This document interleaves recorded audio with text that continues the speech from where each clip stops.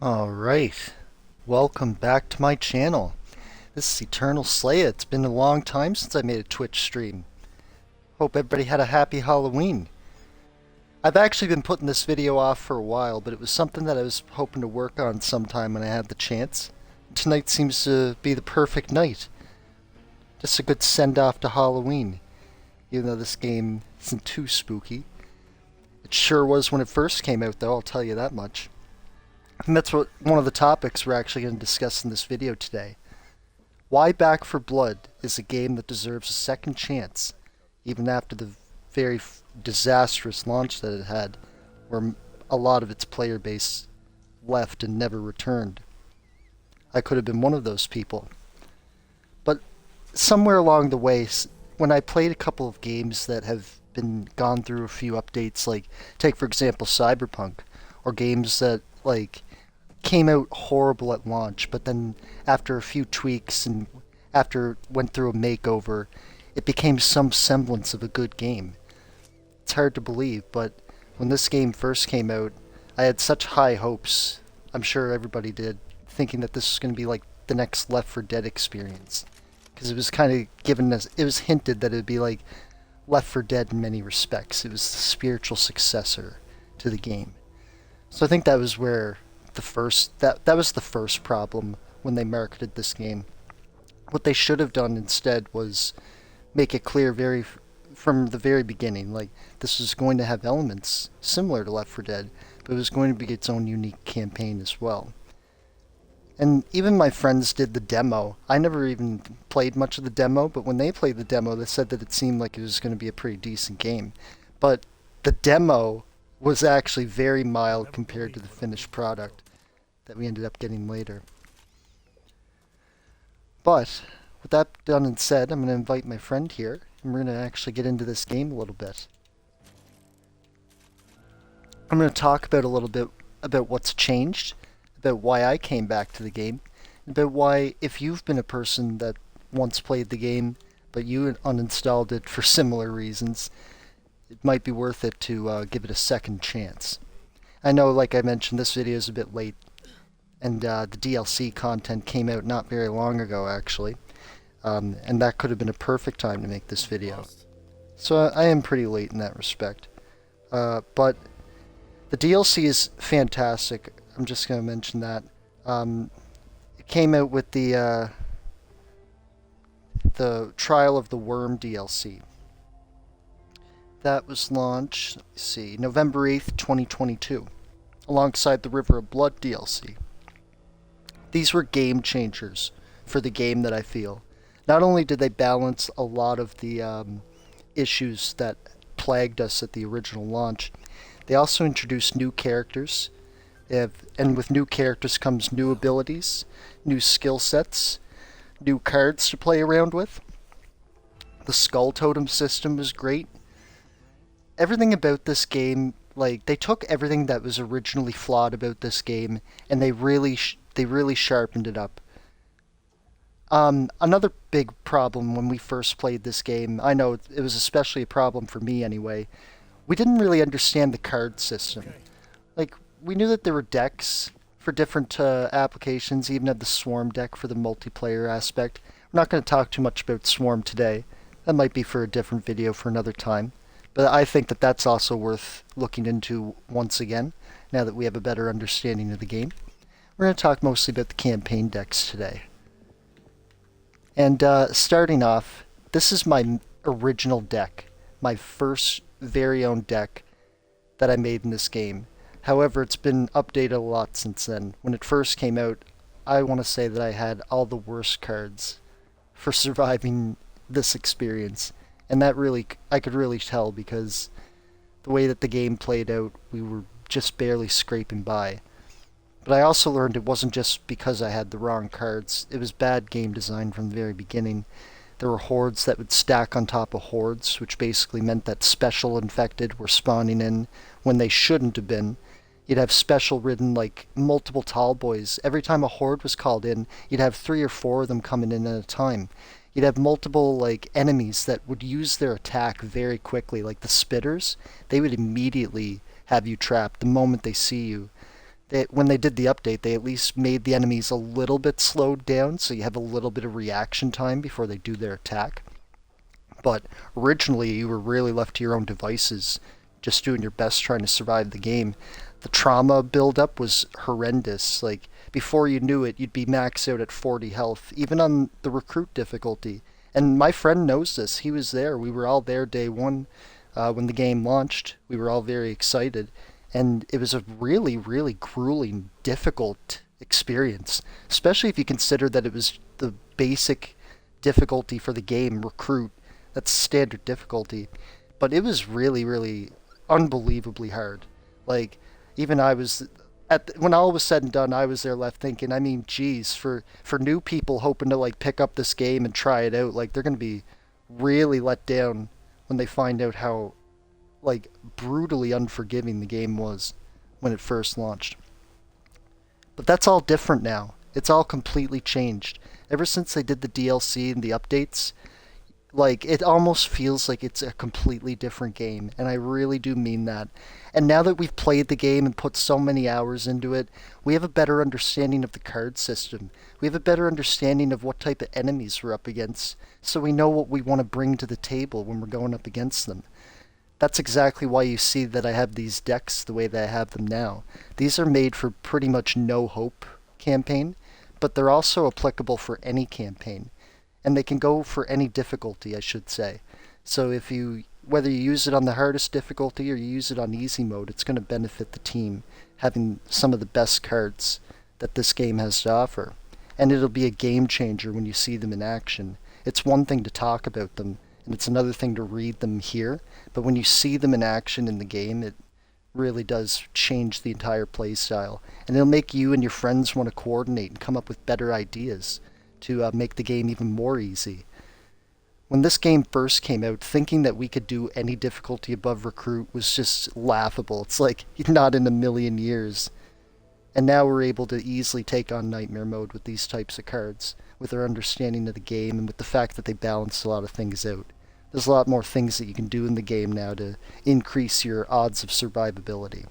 I'm going to talk more about that. But I want to discuss this deck really quick before we jump into our campaign mission, and we're getting to that soon. This is a melee build. I want to talk about why I have it the way that it's built like this. So Mean Drunk gives you 40% melee damage. That's an essential card for any melee deck. Just like, there's so many cards that give a buff to damage, but 40% is just too massive to pass up.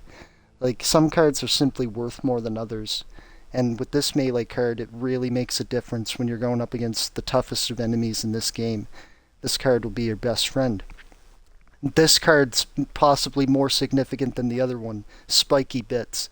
This is also very essential for any melee build to have. You get the plus 15 melee damage, the plus 20% damage resistance while using a melee weapon, and if you're a melee build, you're only going to have a melee weapon in your hand, and then negative 15% ammo capacity, which shouldn't mean anything to you because if you're not shooting your guns, you're losing nothing. So again, these two cards, I would be surprised to see a melee build without them. Especially this third card. This is also a really good card, Meth Head, because each melee swing grants 5% melee speed, 5% melee stamina efficiency for 6 seconds, stacking up to 10 times. In other words, 5 times 10, it can stack up to 50% melee stamina efficiency for 6 whole seconds, but that's a pretty big deal. That pretty much means that you'll always be in the game. You'll know you won't have issues where you won't have enough stamina to kill enemies, or you'll have like your weapons stick into a really difficult enemy, because your melee attacks no longer stick into tough enemies, it says right there. Very, very good card.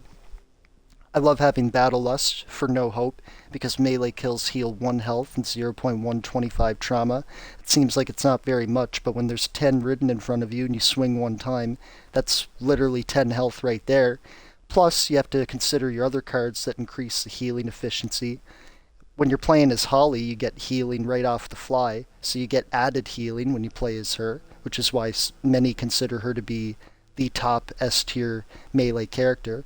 But I would actually contend that Charisse is pretty much on par, if not slightly more valuable.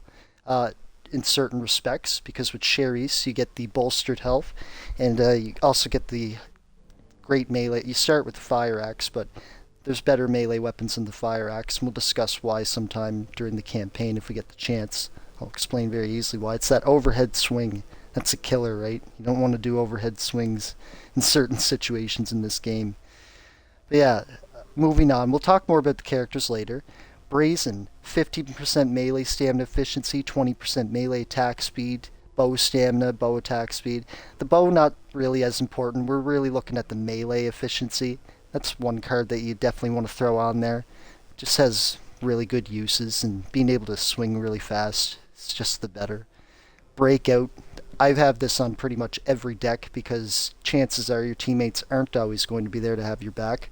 You'll want to be able to hold X to get yourself free if an enemy grabs you. You can also break free from certain bosses, like if the hag tries to swallow you, you can break out from her grasp as well.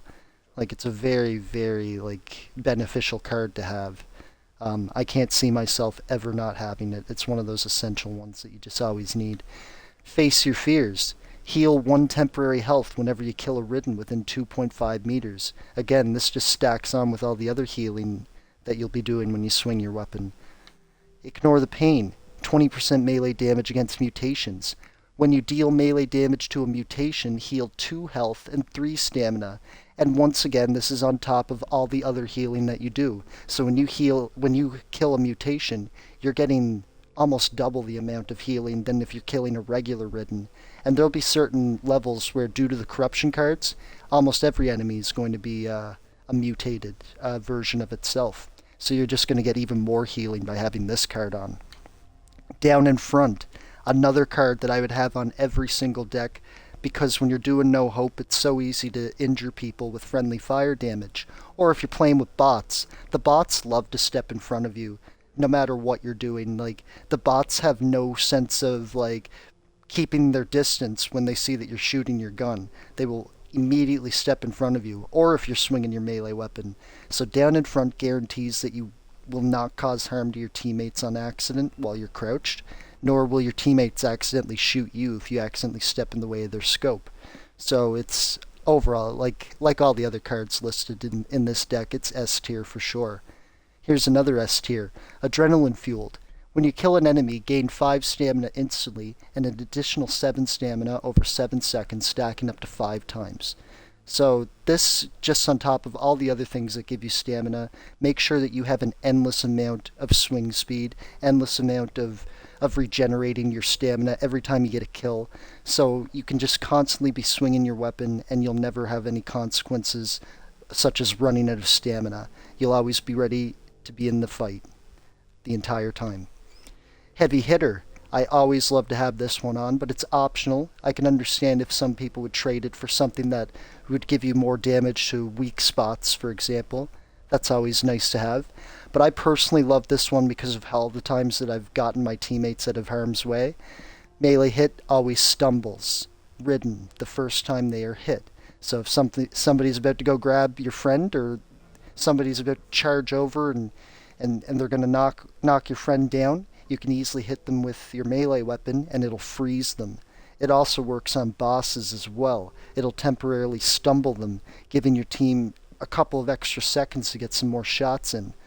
I love it, and I can't see myself ever not having it for a melee build. EMT Bag. We'll talk about this too. So the reason I have this on my melee build, the plus 50% healing efficiency goes toward everything else that I'm doing to heal myself. So it is actually going toward my benefit. Some people they think that healing items only belong on the doctor, but keep in mind that you need to be playing for yourself at the same time as playing for your team in this game. It's about survival. And sometimes when you're playing online with people, they're not always going to be taking care of you. They're not going to have the cards to help their team. They're going to play selfishly. People, I'm just going to be honest, people online play very selfishly when they're on a higher difficulty. And to get around that, you're going to want to have a deck where you can self-preserve yourself if your teammates aren't there to help you. And that brings us to our next card, Medical Expert. 50% revive speed. When you use a medical accessory, it also heals 1 trauma to the target. But it's the team effects that is the reason why I have this card. because you get the 15% healing efficiency toward your whole team. So if you do have a doctor on the team, they're going to do even more healing. Or if you don't have doctors on the team, the whole team's still going to get more healing out of that. Very good card. Here's another optional card you can choose to have on, or you can trade. Like I said, you can go for the weak spot damage. Like that, it's right over there actually, Ridden Slayer, the 20% weak spot damage. That's always a decent card to have if you can't think of anything else to put on your deck. But Vanguard, melee kills heal 1 health to yourself and teammates within 10 meters.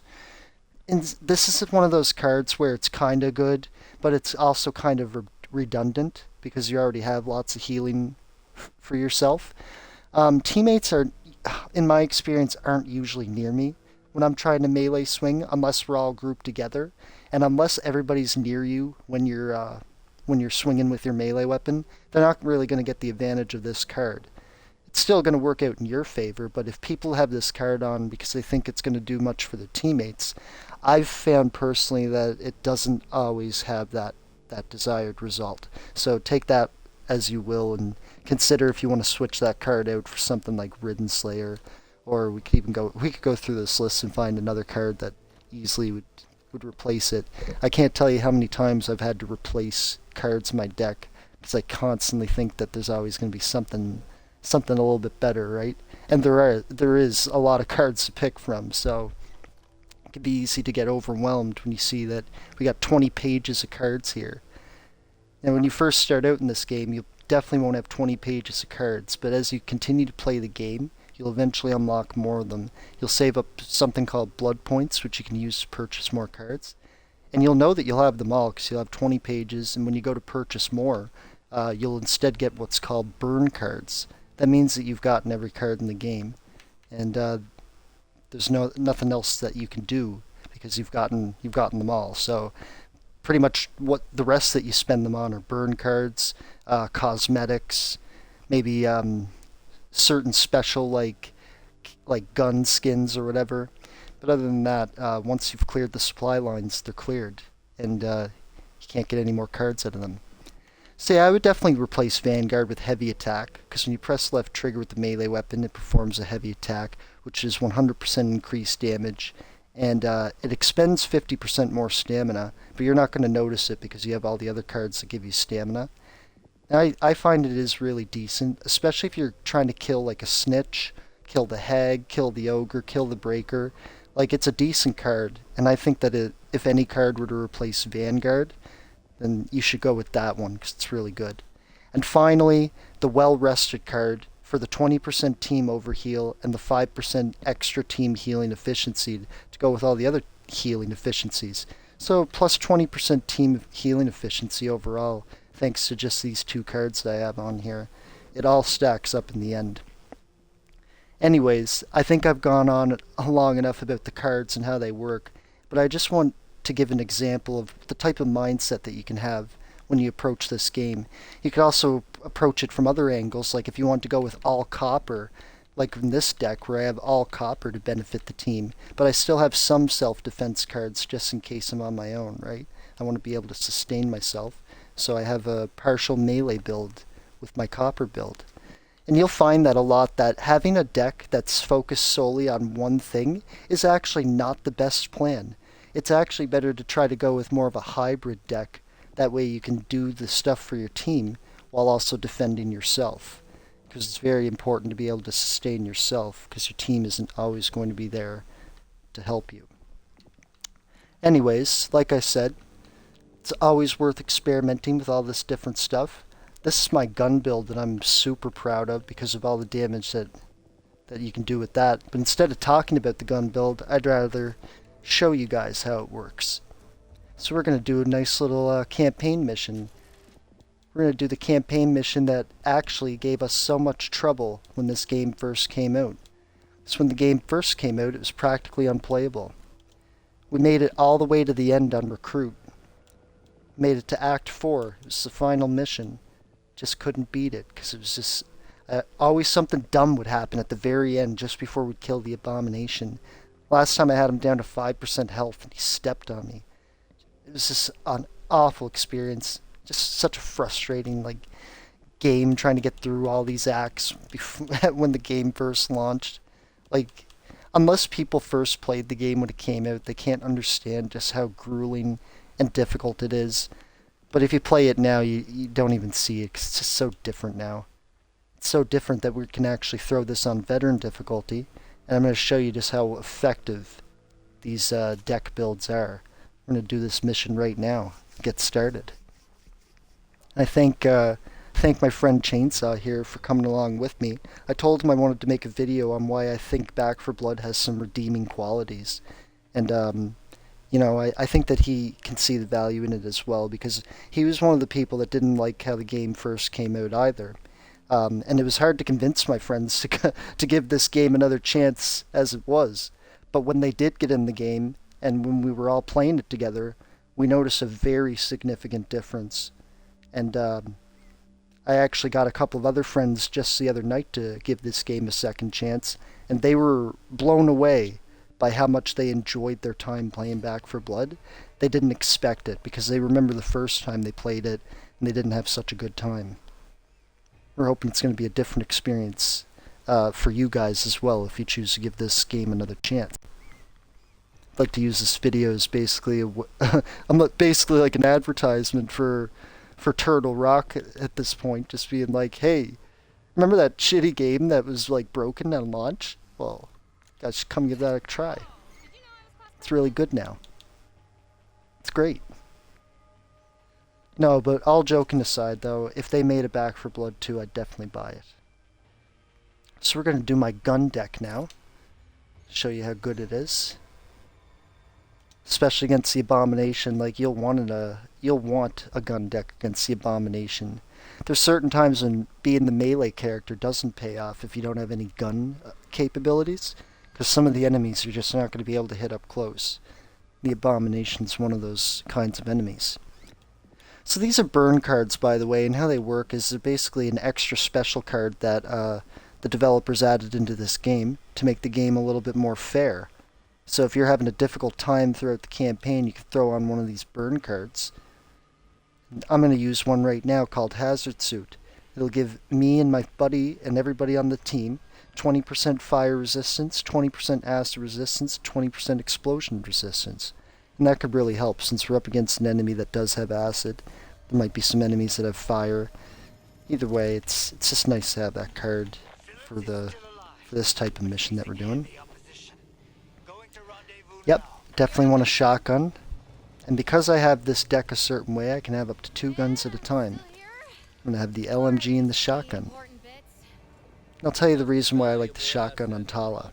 Tala has bleed damage, and every time she shoots someone, they're going to take consistent damage, even after I lose sight of them, or they're no longer within my range where I can shoot them.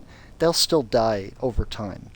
And the shotgun, I've tested this, seems to be excellent when it comes to dealing massive amounts of damage. Oh, and I can't wait to show you a couple of other cards in this deck. Basically, every time I put my gun away, it'll reload while it's stowed away. So I can constantly be firing non-stop without ever having to really worry about reloading because of the way I have this deck designed. We also have armor now. This is something that we didn't have when the game launched. Armor basically will block anything that causes damage over 15 points of damage. The armor will just be like, nope. You'll lose the armor plate whenever you take a hit that does 15 health point damage toward you. The armor will take it for you, and then it'll be depleted. But you can always get more if you kill enemies that have armor on them, or you'll find them scattered around the map. Anyways, let's get started.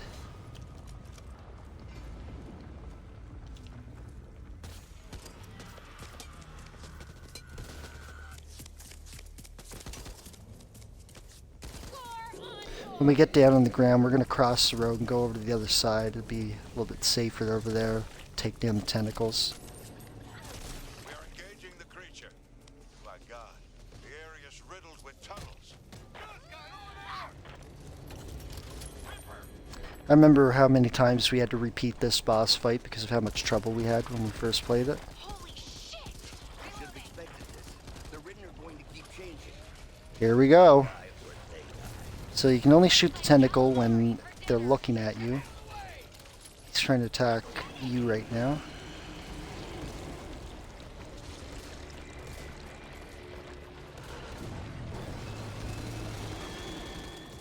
You can see all that weak spot damage that it's causing. Instantly killed. And I'll tell you why it's doing so much damage to the tentacles. It's not like hacking, it's the cards, like I said. The cards are a game changer. And if you were having difficulty when this game first launched, fair game. But you shouldn't be having much difficulty now that the game's in balance, as long as you bring the right cards along. You test them out to see which ones are more effective, depending on the situation. But overall, having weak spot damage is never a bad call when it comes to this game, because there's going to be all kinds of enemies that have a specific weak spot that you can exploit.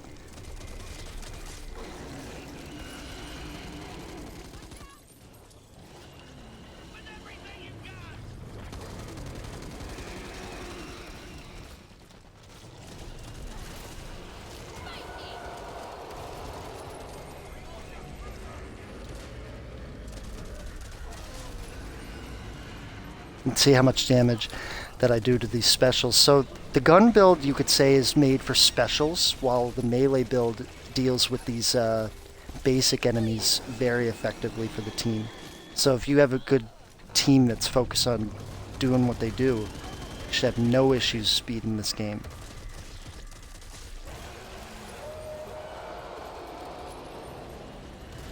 I understand why people were frustrated. I was very frustrated with this game when it first came out too. Getting mauled to death by enemies and not understanding why.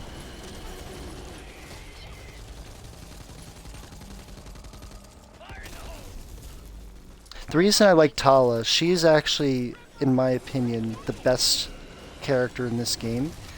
The team benefits that she brings to the table are very, very, very good. She has Jeff's whistle, so she can actually summon in a friendly tall boy to attack enemies. Very effective on no hope difficulty for getting very dangerous bad guys off you. And she has the ability to spawn in a warp crate. At least one warp crate per level. The warp crate is insanely valuable because it's going to have like gold weapons, it's going to have gold equipment like a gold grenade or a gold med kit. Having Tala on your team is one of the best things that you can do for no hope. She's an ideal character, and even having her as a bot is ideal because she'll still spawn in the warp crate.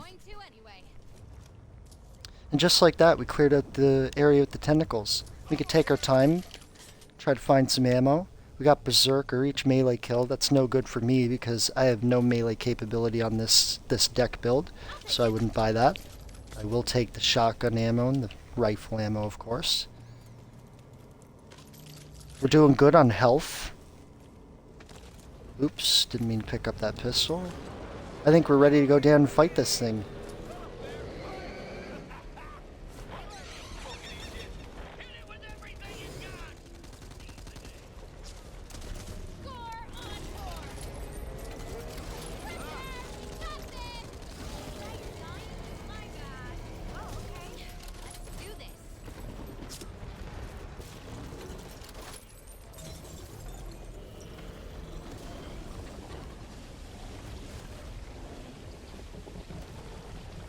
He's gonna scream and then just shoot his weak points. He's taking lots of damage.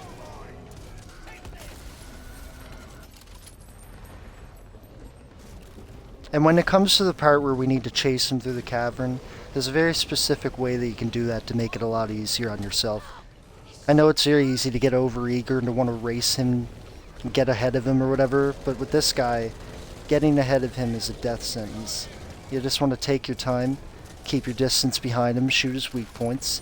You'll have more than enough time, if you have the right deck, to kill this guy before he reaches the Fort Hope.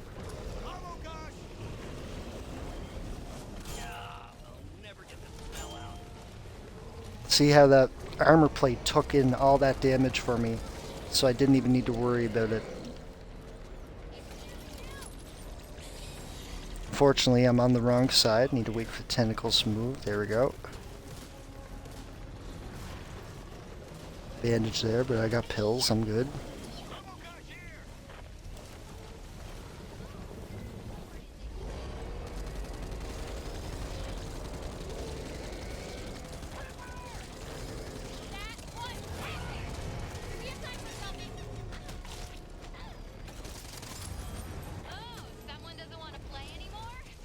Notice how instead of reloading my gun, I always switch weapons? That's because that admin reload card does all the reloading for me. And every time I switch my gun, it's already ready to go. But you still gotta wait a couple seconds because it'll still take the same amount of time to reload when you stow it away. Just gotta see a weak point, start shooting at it a bit. We let him get it out of the way because if we try to go ahead of him, he'll most likely step on us. Instant kill. It's best to just keep your distance and do your thing. No rush, and try to deal with the enemies as they come.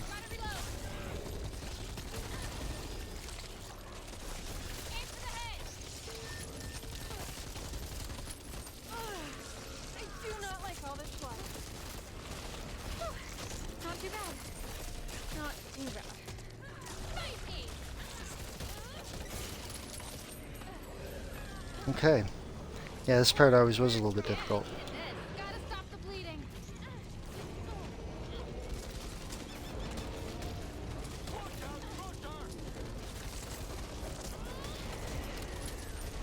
Oh, I'm about to go down for sure.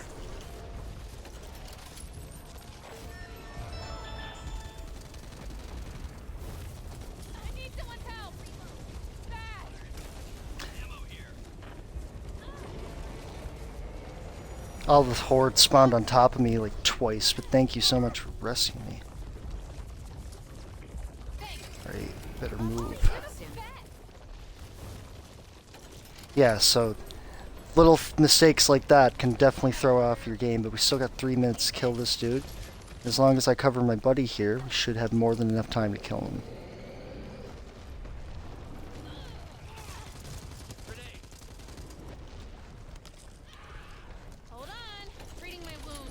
That heal efficiency really comes in handy for parts like this. Alright, move ahead. Does anyone hear me? It's heading for Hope. This part's kind of risky, but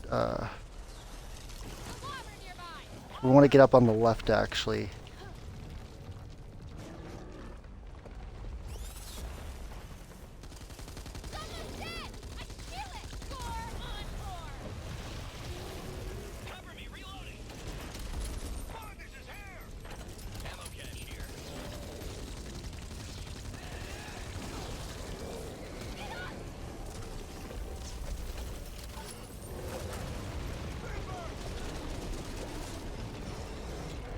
Gotta love that bleed damage, I tell ya.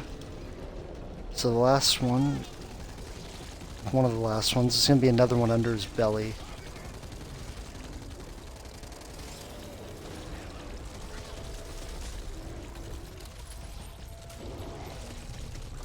Careful not to get too close, because he will actually hit you.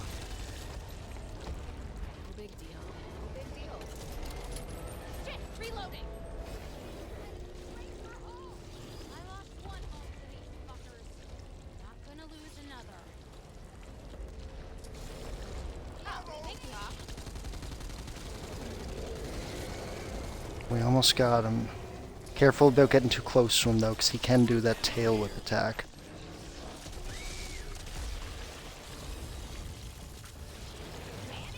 And that's just like that. Good job. Thanks for saving my ass back there. Kind of got a little bit separated from the flock there. So yeah, that's how you do one of the most difficult missions. No problem at all. Just gotta get a couple of cards that do the weak spot damage, keep your distance, fight off the enemies. It's really not that bad.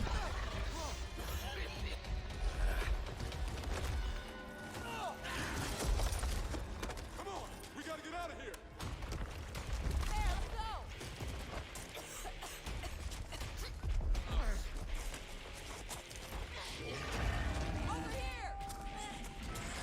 And actually, if I had an SMG instead of a shotgun, probably would have been good for the little guys that were like clawing me to death there.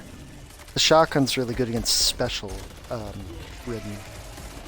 So that's just something to consider. You could also go double LMGs, but the one thing about the double LMGs is that you're going to consume the same ammo. So you're going to go burn through the rifle ammo a lot faster if you do get two of the same weapon type. I also like going with a LMG and a sniper rifle. That's a pretty good combo too. And you're that somebody? So what makes you so special? You do. All of you. Didn't say I wanted to do it alone, did I? Hell yeah! Fuck you and that silver tongue of yours. Raise the fucking sunshine today, aren't we? You know, the game did kind of fall a little bit short on the cutscenes. Not gonna lie, like some of the cutscenes in the game are just downright like unnecessary. But aside from that, the gameplay is so much more well polished.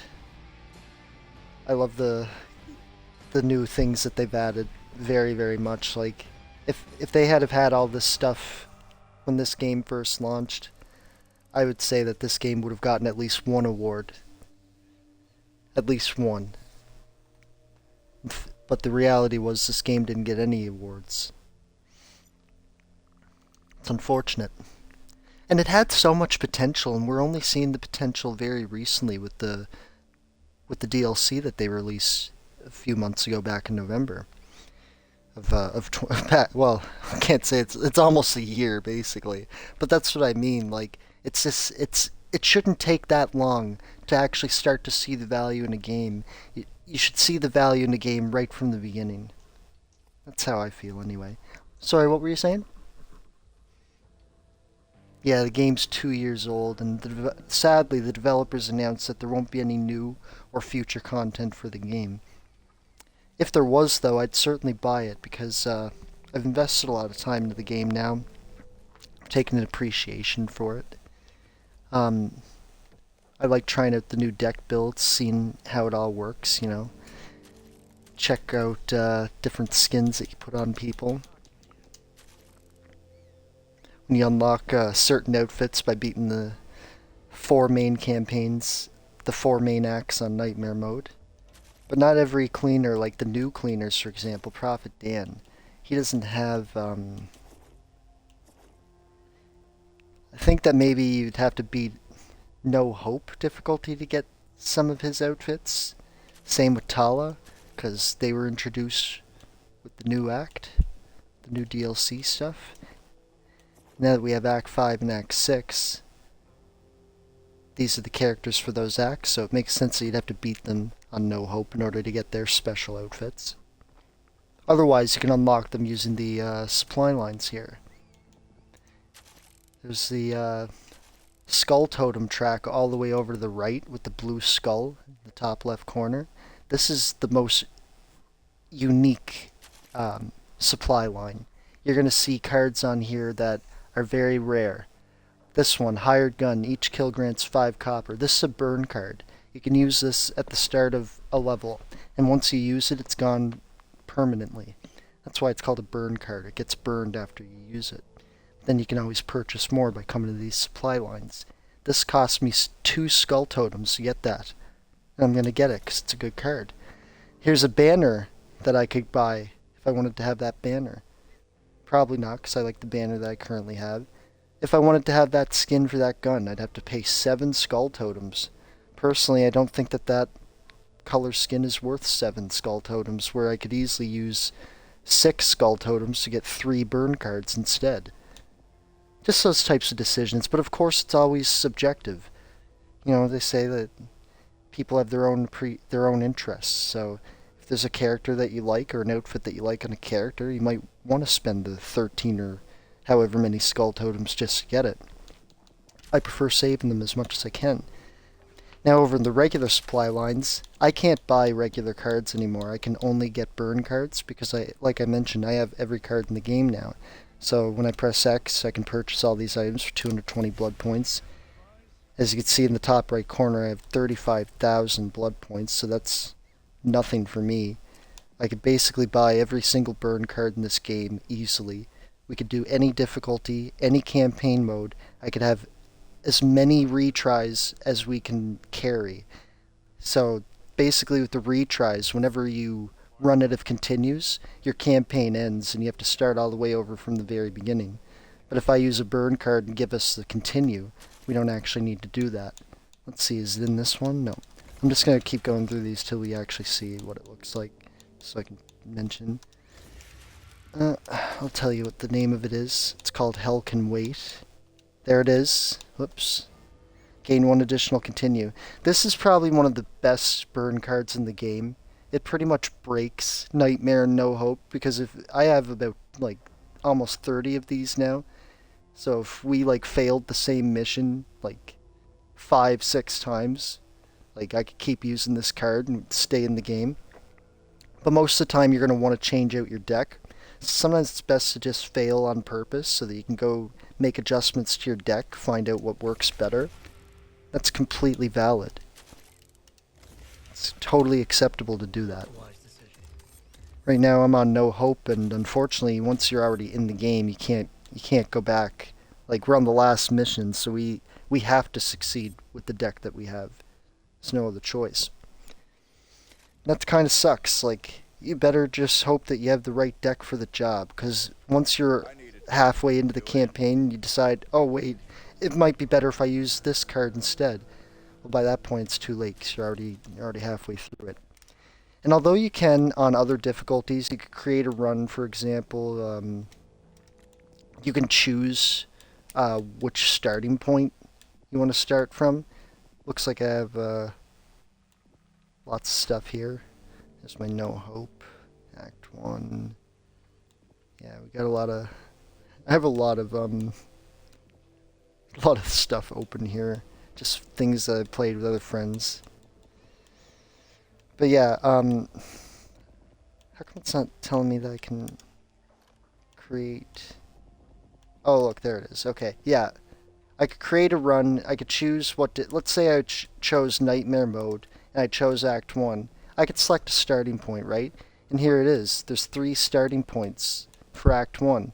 So if you got almost to... Let's say you almost made it to the finale, but you failed the finale, and you failed... There's no more continues left. You can come in here, and you could choose to go to the, like, last 4 levels of the game, and then get to the finale.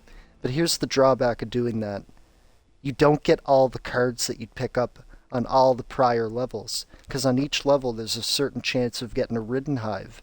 And if you get the Ridden Hive, you can go to a special area, survive the Ridden Hive, and get possibly gold weapons, or gold accessories, or cards that will increase your survivability. And you get to keep those all the way to the end of the act. But if you fail, and if you have 0 continues, you lose all those cards that you picked up along the way. So my suggestion, if you're going to do any act on Nightmare Mode, start over from the very beginning. Make sure you have all the best cards with you, and if things get ugly, use the Hell Can Wait card instead of having to select from this starting point. Although I'll be 100% honest with all of you, I have selected from that starting point, and we have successfully beat Act 1 on Nightmare Mode by doing it that way. So you can do it that way. But I'm just saying that it's more efficient to do it from the very beginning. There's one last thing I want to show you guys, and then I'll probably end this Twitch stream. Me and my buddy are going to do some Act 6, and I don't want to show you guys spoilers. I basically am trying to suggest giving this game another chance, and you'll definitely want to see Act 5 and Act 6 with your own eyes. So it's very, very good. We're going to do a Trial of the Worm, just to showcase what that's all about. It's actually pretty good. I'll explain how that works. And I'll also explain how these modifiers for it work too.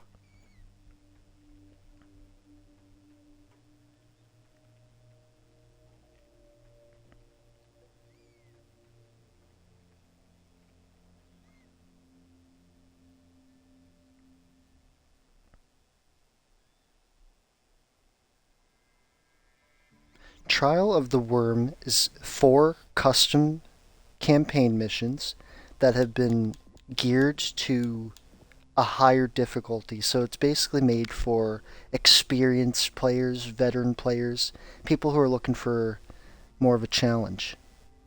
We're gonna go with I'm gonna go with my melee build this time, because I think that it'll fit this type of situation. Also depends on what level we choose. Now this is where we get to control the corruption modifiers. So I'm gonna crank up the difficulty on this a little bit, so that we can get our multiplier. See how in the bonus multiplier is going up every time we increase it. So if we want to get like 100,000 points in this, we'd have to have a multiplier of about 7 or 8. That's how I got mine. So I have this difficulty right now. It's on Veteran 3. This is called Veteran 3. And if I go up one more, it'd be Nightmare. But if I leave it on Veteran 3, it won't be on Nightmare difficulty. Then we can choose how difficult we want the Ridden to be. We could choose how difficult the hordes are. And we can also debuff ourselves. Give ourselves less ammo capacity, less sprint. We can give ourselves more environmental damage, 10% chance to spawn broken items. The more you do, you make it harder on yourself, the higher the bonus multiplier is. So I'm going to increase the Ridden a bit more. I'm going to increase the horde a little bit more. A little bit more. A little bit more. We want times 8. Okay, this should be good.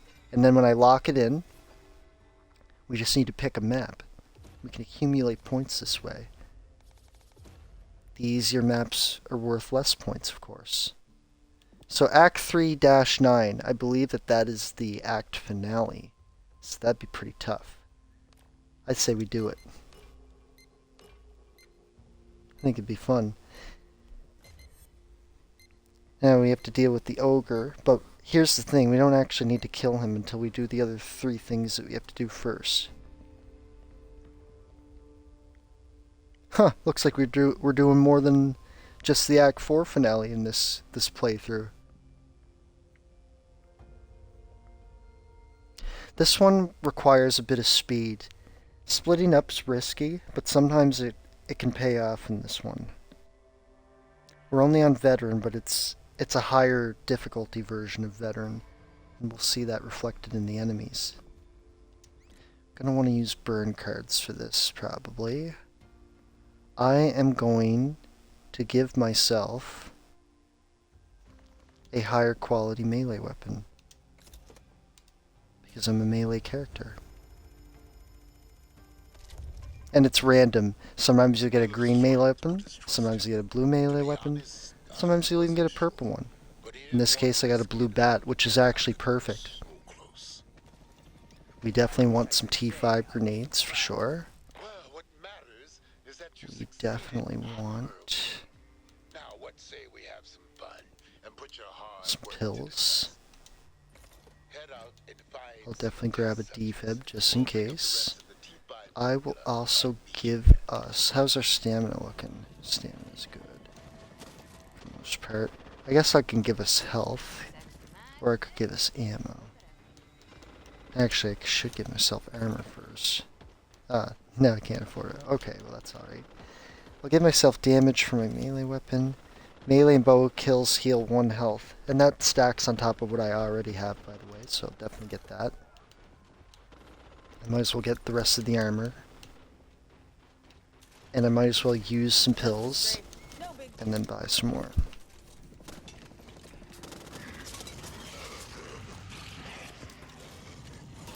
While I'm crouched, I can't hurt my teammates, so that's always good.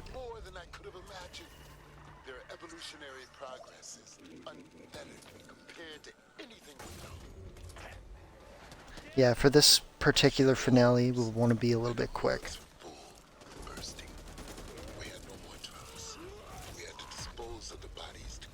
The only thing is, I do not have aim down sights, so I can't use guns very effectively. Just like how my gun build couldn't use melee effectively, my melee build can't really use guns effectively. But you could, of course, use a hybrid build. That would do very good if you had like a melee gun hybrid build. A breaker already? Wow.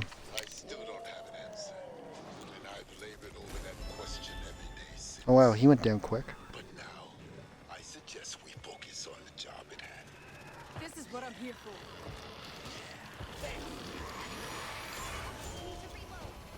I am getting absolutely destroyed by that stinger.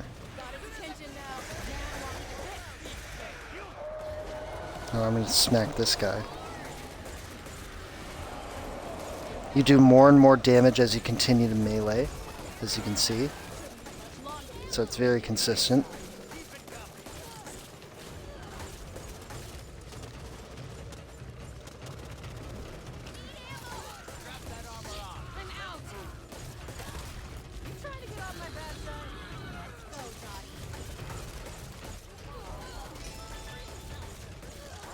These are very intense. And that stinger's been attacking us the whole time. Every summer I'd come out and we'd spend hours in the garage restoring some rust bucket.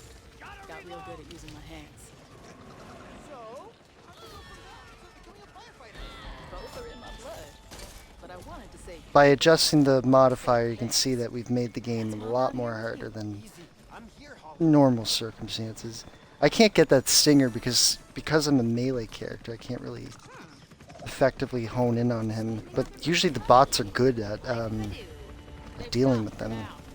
Guess not this time.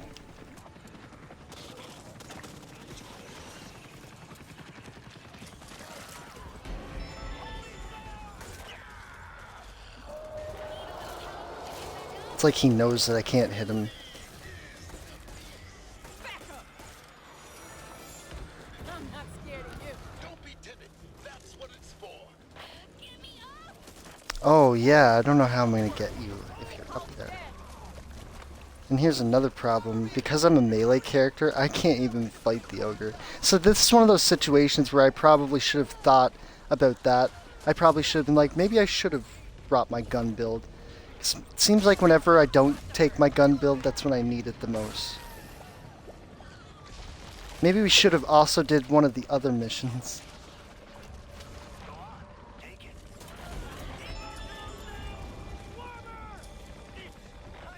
Basically, the idea on this act, there's 3 nests that you need to destroy, and then you need to kill the ogre. But here, if you fight the ogre and kill him, another one will spawn in. In fact, ogres will spawn in unlimited on this map until you destroy all these fucking weak points. So sometimes it's beneficial to have your teammates just split up, do the 3 nerves, then come together at the middle and take on the ogre. And ideally, that's what you do. But that's not what's happening on this particular playthrough. Part of that's my fault. I should have used a gun build for this. But I also did crank up the difficulty. Maybe a little bit too high. You need it to be about between 7 and 8 in order to get 100,000 points to get that achievement. And we didn't need to pick the hardest mission in the 3 options. We could have done any of them. Any of them would have done. Look at this guy. This guy... Stingers are my worst enemy when I run this build. Because of the fact that they can just constantly attack me.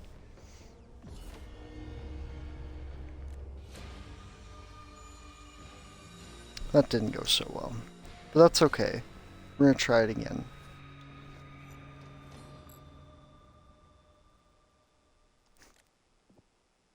We should have probably picked a different map is the problem. And I picked the wrong deck for that mission. We're dealing with enemies that I need to shoot them, and I had a melee build.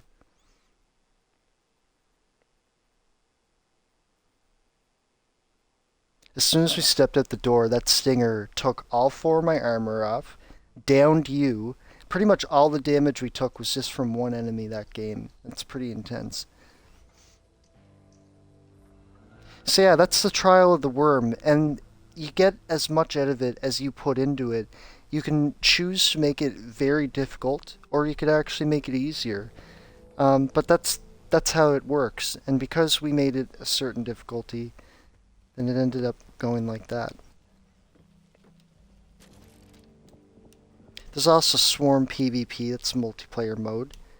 I plan on doing some of that at some point, just to get the last achievement that I need in that. I pretty much almost 100%ed this game. But, yeah, for the Trial of the Worm, definitely want to consider what level you're going to be on before you run a certain deck. Because what type of deck that you go with makes a pretty big difference in this game. Anyways, I think that I've actually made a pretty good case on why this game why this game deserves another chance. We're gonna play some of Act 6 now, though. Definitely look forward to making some more videos for you guys soon. My headset that I recently purchased is compatible with my PC. I could easily do an OBS stream if I wanted to, and I could give gameplay commentary for any game. But I'm going to finish up some of the no commentary videos first before I start doing that. This video is just a reminder that if I want to upload modern gameplay, I can. If I want to do commentary on my gameplay, I will. Going forward, you can expect more uploads from me. And you never know what you might get with me. I might do one thing one day, change my mind, and do something else another. Either way, I look forward to streaming for you again soon. The next game after this that I plan on streaming will most likely be the Dead Space remake with my commentary, so hope you look forward to that. I thank you all very much for tuning in. Thank you very much for supporting my channel as well. And yeah, download Back for Blood sometime. Add me. Do some campaign missions or some more Trial of the Worm. I would love it. I'd be down for that. But yeah, take care, and have yourselves a great rest of your week.